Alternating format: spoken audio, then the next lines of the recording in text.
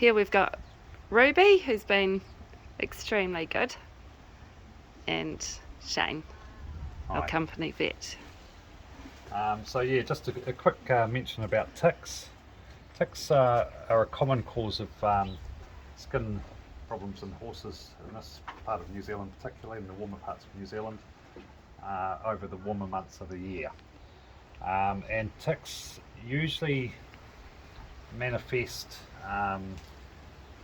in the early stages of the tick's life cycle, when the tick's not the big sort of wrinkly pea like thing that you might associate with a tick, the adult tick that's engorged with blood, but rather a tiny little, very difficult to see early stage nymph. But what these stages do is when the horse is grazing, they crawl up from the grass onto the horse's skin, latch on, and in a lot of horses they'll cause an allergic reaction, which manifests often as raised, sort of firm raised, round skin lumps. Most commonly you'll see these particularly around the horse's neck and on the face, sometimes on the lower limbs.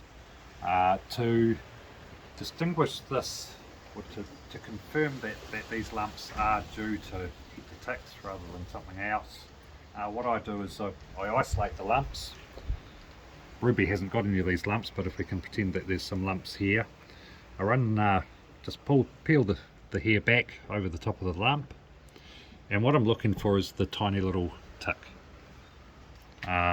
which is usually, these first stage nymphs are usually only about 1 millimetre or 2 in diameter, and they'll be sitting on the top of one of these lumps. They do, once they've sucked a bit of lymph and fluid from the horse's skin, they will drop off into the pasture. So don't expect to find them on every lump. Often I find that I have to examine 3 or 4, even more sometimes, lumps before I find one with a tick on it. But if you do find that, then it's pretty strong supportive evidence that ticks have caused this condition in your horse.